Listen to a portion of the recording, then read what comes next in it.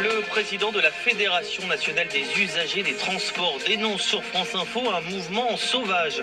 Une réaction à la pagaille sur les rails. Quasiment aucun TGV Ouigo ne circule aujourd'hui. Des agents de la SNCF font valoir leur droit de retrait après un accident cette semaine. Édouard Philippe, le Premier ministre, dénonce un détournement de ce droit de retrait. C'est une info France Info. L'IGPN, la police des polices, saisie après la mort d'un jeune homme tout près d'un contrôle de police. Ça s'est passé au début du mois à Villiers-le-Bel dans le Val d'Oise. La victime, 23 ans, a percuté à moto un lampadaire. Des policiers lui avaient demandé de ralentir alors qu'ils interpellaient un autre homme.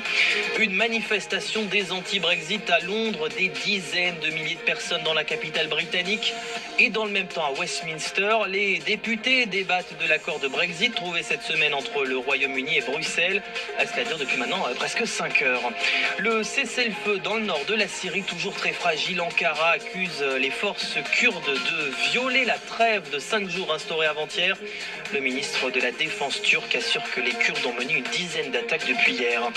Lyon reçoit Dijon à 17h30, 10e journée de Ligue 1 de football, puis à venir à 20h 5 autres matchs, notamment Metz-Nantes, Reims-Montpellier, Toulouse face à Lille. France Info. Et tout est plus clair.